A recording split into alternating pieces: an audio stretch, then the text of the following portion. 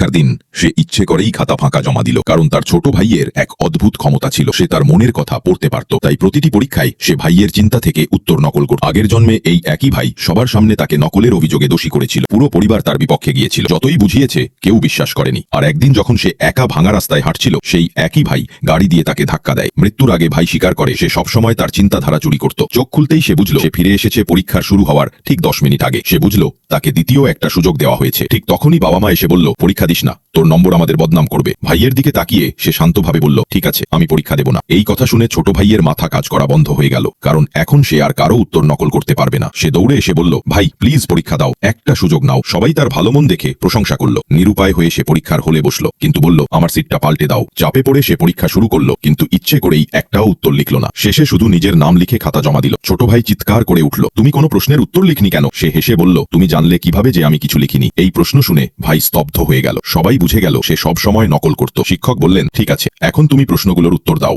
শেষে সে মাথা নিচু করে স্বীকার করল, আমি কিছুই জানি না।